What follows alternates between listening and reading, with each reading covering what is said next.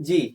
तो आज की वीडियो में हम लोग देखेंगे कि दशमलव संख्या किसको कहते हैं। तो जनरली हम लोग यही जानते हैं कि जब किसी संख्या को भाग देते हैं, अगर वो पूर्णतः कट जाता है अर्थात उसका शेषफल कितना आता है, जीरो। अगर शेषफल जीरो आता है तो वैसी संख्या को हम लोग दशमलव संख्या में नहीं निरूपित कर सकते हैं। यानी अगर नंबर ऐसा लिखा रहता 8/4, तो इसको ये है अपनी भिन्न संख्या, और किसी भिन्न संख्या को भाग देने पे शेषफल जीरो आता है तो उसका मान किसी संख्या में आता है, यानी नॉर्मल एक संख्या आता है, यानी दशमलव संख्या में नहीं आता है। लेकिन अगर कोई नंबर ऐसा दे दे 9 मान लीजिए 4, और जब हम इसको भाग देंगे 4/9 को, 4×2 = 8, 9 में से 8 गया 1 और दशमलव जीरो। देखिए यहाँ पे जैसे हमने इसको भाग दिया तो 4×2 = 8, और ये पूर्णतः नहीं कटा, यानी इसका शेषफल कितना आया, 1। अगर किसी का शेषफल जीरो आ गया तो वो पूर्णतः कट जाता है, वह भिन्न पूर्णतः कटता है। लेकिन जब हम किसी भिन्न को भाग दिए और वो पूर्णतः नहीं कटता है, तो हम लोग उसको काटने के लिए या मान निकालने के लिए, समझिए, या ऐसे कह सकते हैं कि एक अच्छा मान निकालने के लिए हम लोग उसको किसमें लिखते हैं, दशमलव में लिखते हैं।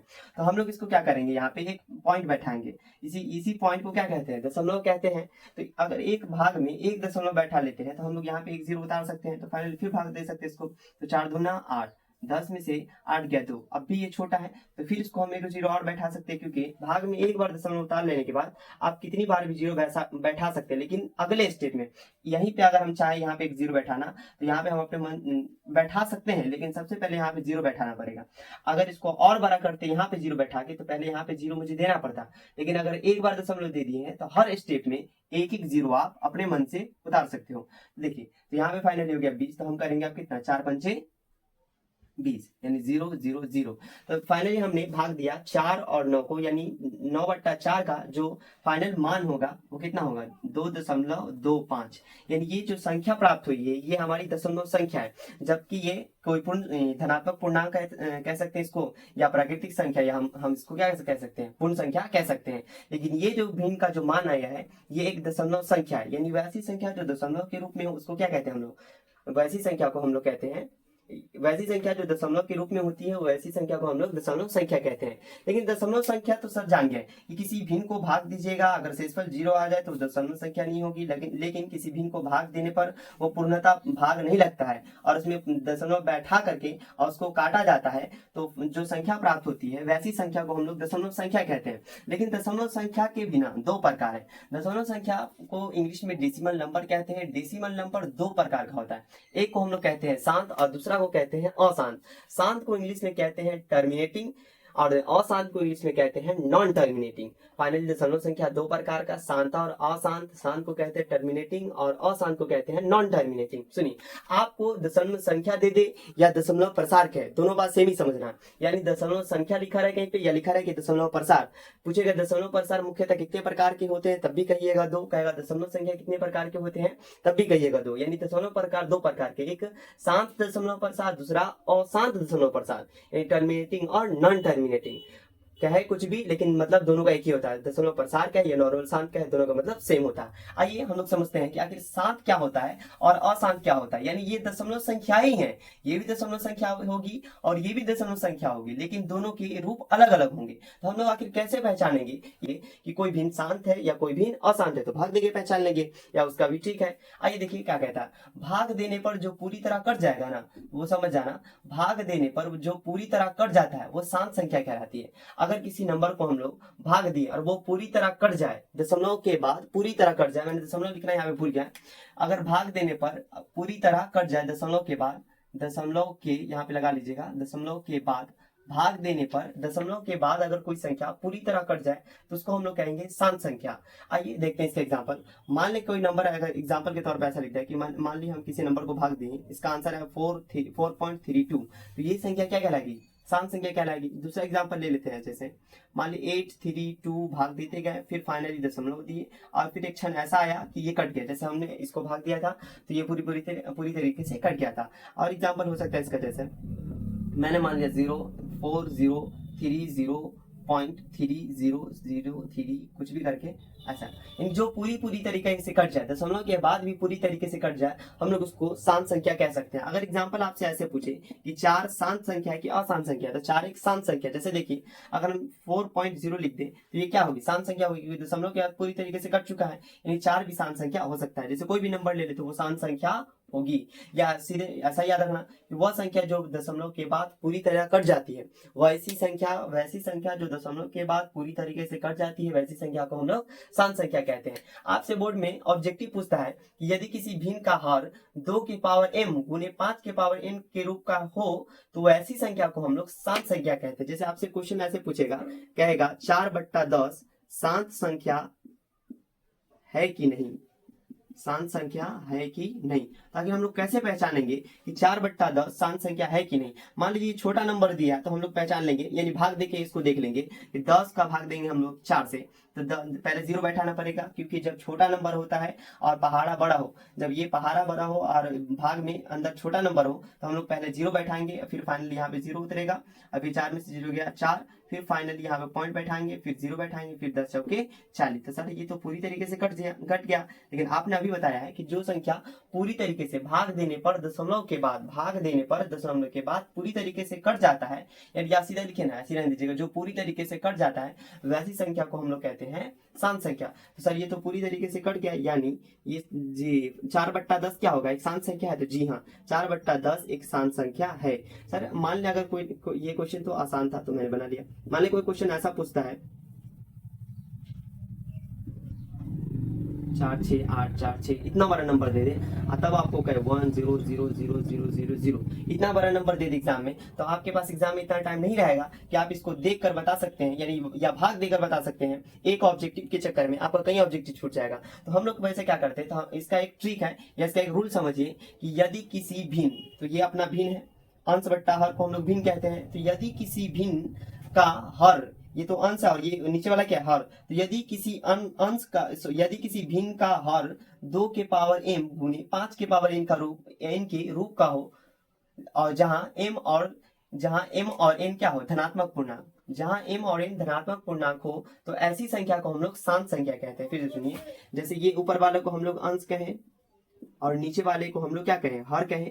तो यदि किसी भिन्न का हर अगर 2 गुने 5 के पावर हो, 2 गुने 5 के रूप का होगा ना, तो वैसी संख्या को हम लोग कहेंगे शांत संख्या।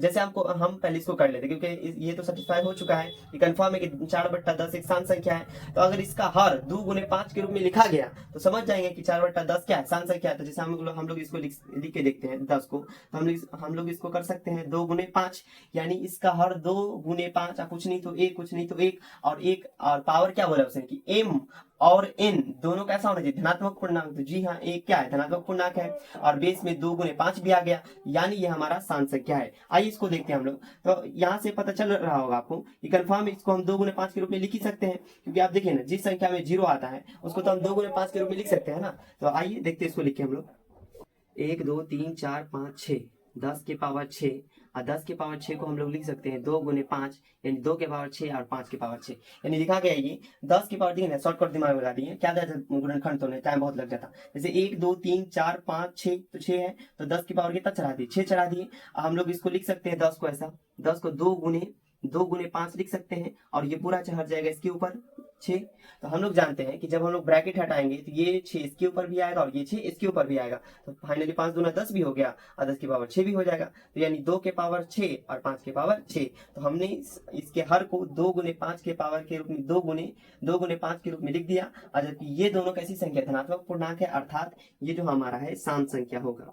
ये हमारा जो दिया गया भिन्न है शांत संख्या होगा। तो उम्मीद करते हैं कि इससे रिलेटेड अगर कैसा भी क्वेश्चन आपसे दे तो आपसे बन जाएगा। चलिए, तो आगे होमवर्क हम दे देंगे, जब तक के लिए इतना ही समझिए कि अगर हर 2 गुने 5 के रूप का होगा तो हम लोग शांत कहेंगे। अभी सुनते जाइए, अगर यदि किसी भिन्न का हर 2 गुने 5 यानी 2 के पावर m गुने 5 के पावर n के रूप का नहीं होगा ना, तो वह संख्या को हम लोग कहेंगे अशांत संख्या।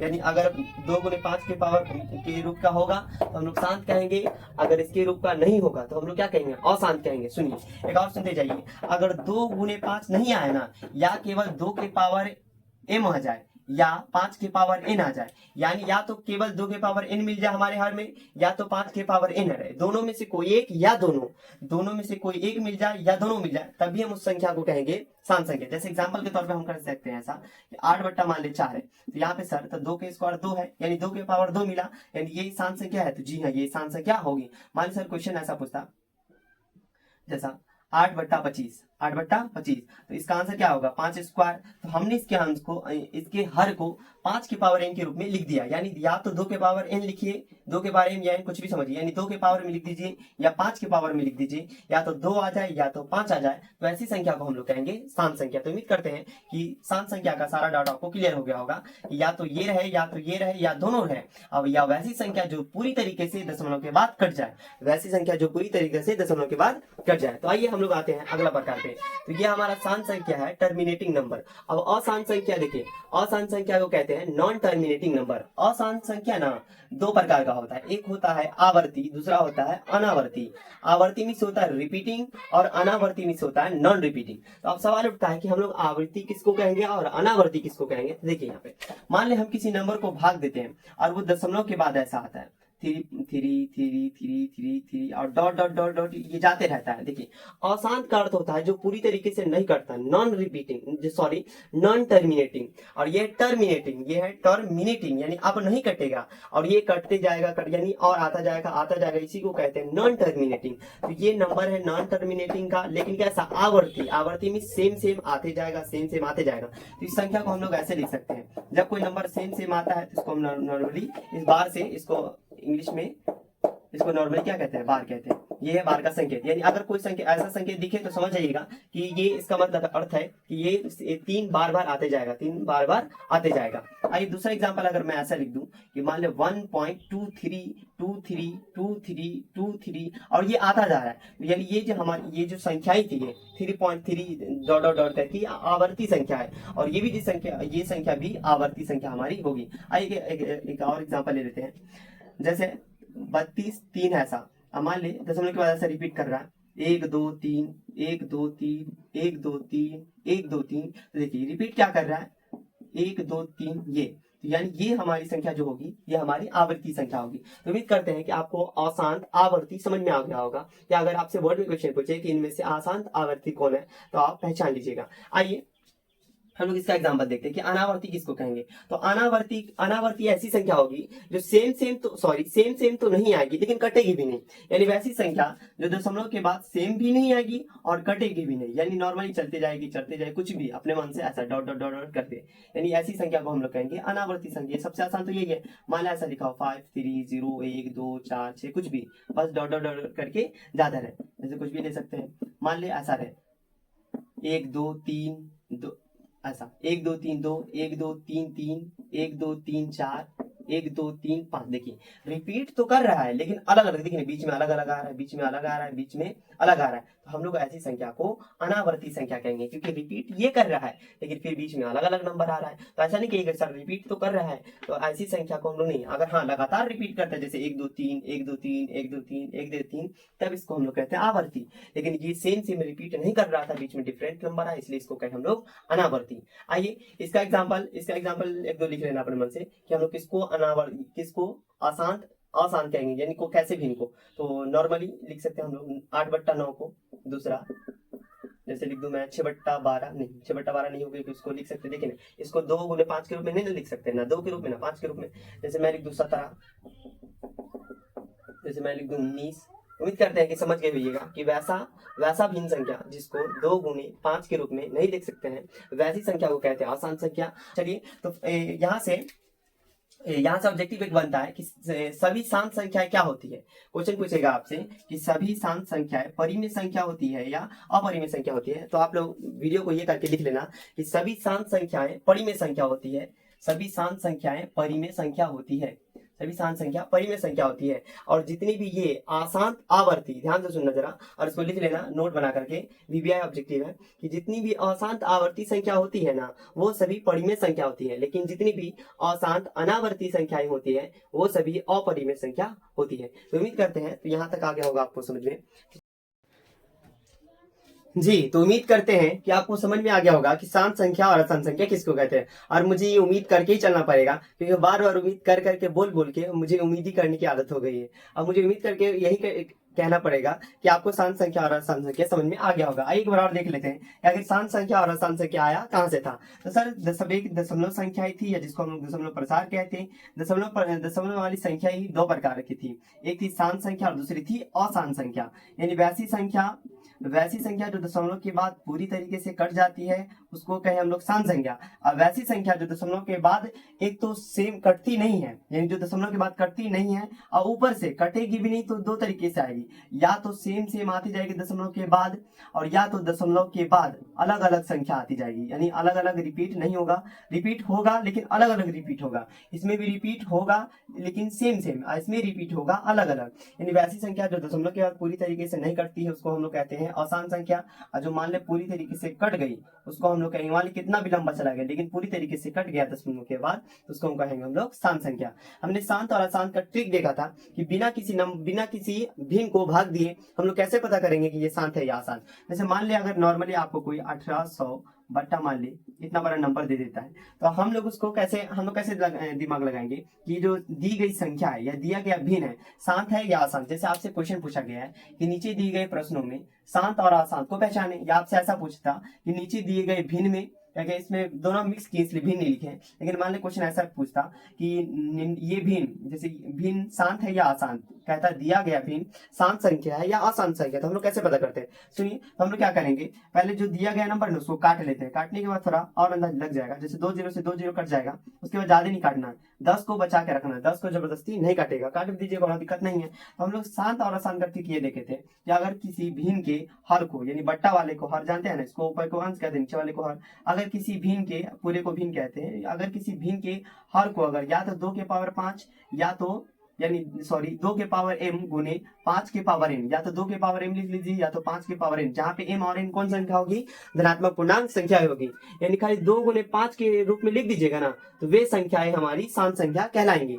या तो केवल 2 के टर्म में लिख दीजिए या तो केवल 5 के टर्म लिखिए, यानी या तो 2 या तो 5, दोनों संख्या कौन सी संख्या कहलाएगी, शांत संख्या कहलाएगी। जैसे मैं इसको अगर लिखना चाहूँ, इसके हर को, ऊपर वाला अंश है नीचे वाला हर है, पूरा कौन संख्या, भिन्न संख्या। 18/10 को हम लोग कहेंगे भिन्न संख्या, नीचे वाले को कहेंगे हर। हम लोग हर को देखते हैं कि 2 गुने 5 के टर्म में लिख सकते हैं, तो जी हाँ, हम लोग 2 गुने 5 के टर्म में लिख सकते हैं, कुछ नहीं तो पावर 1, कुछ नहीं तो पावर 1। तो चलिए 2 गुने 5 के पावर के रूप में आप इस भिन्न को लिख दिए हैं, अर्थात जो 18/100 है, सॉरी 1800/1000 या 18/10 जो है हमारी शांत संख्या होगी, शांत संख्या होगी। तो उम्मीद करते हैं कि आप पूरा क्वेश्चन बना लीजिएगा। तो आपको क्या करना है, पूरा यहाँ से लेकर के 12 क्वेश्चन है, आप पूरा प्रैक्टिस आप लोग कर लीजिएगा। जैसे मैं एक हिंट दे देता हूँ, जैसे मान ले ऐसा है 4.323232। तो पहले आप लोग वीडियो को पॉज करो और आप लोग बताइए शांत है कि आसान।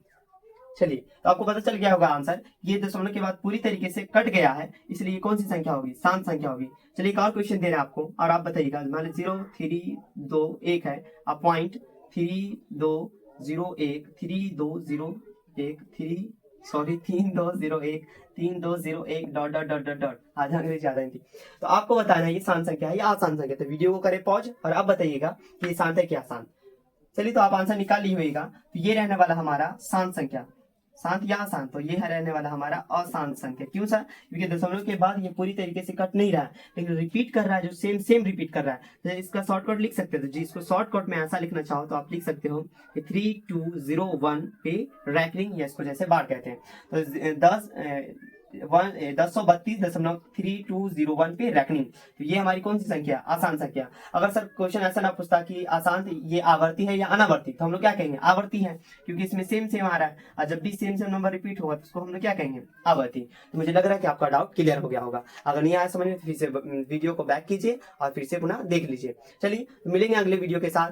अब हम लोग फाइनली आप चैप्टर बनाएंगे, क्योंकि सारा बेसिक पॉइंट कंप्लीट हो चुका है, जितना भी नंबर का बेसिक पॉइंट हमको पढ़ना था वो सारा क्लियर हो चुका है। अब फाइनली हम लोग पढ़ेंगे कि अगर हम लोग चैप्टर कैसे बनाएंगे, तो हम कुछ टॉपिक से जैसे टॉपिक 1, टॉपिक 2 या टाइप 1 टाइप 2 करके क्वेश्चन बनवाएंगे, और पहले मैं अपने से एग्जाम्पल करवाऊंगा और उसके बाद बुक का क्वेश्चन आपको खुद से बनाना है, यानी उससे रिलेटेड मैं क्वेश्चन करवा दूंगा और बुक आपको खुद से सॉल्व करना है। तो अगर आपने अभी तक वो वीडियो नहीं देखा है तो सबसे पहले जाइए और लाइन बाय लाइन पूरे वीडियो को 2-3 लेक्चर हुआ होगा पूरा कंप्लीट कीजिए, और फाइनली याद करके तब कल वाली वीडियो में हमसे मुलाकात कीजिएगा। चलिए, तो बने रहिए, मिलते हैं अगले वीडियो के साथ।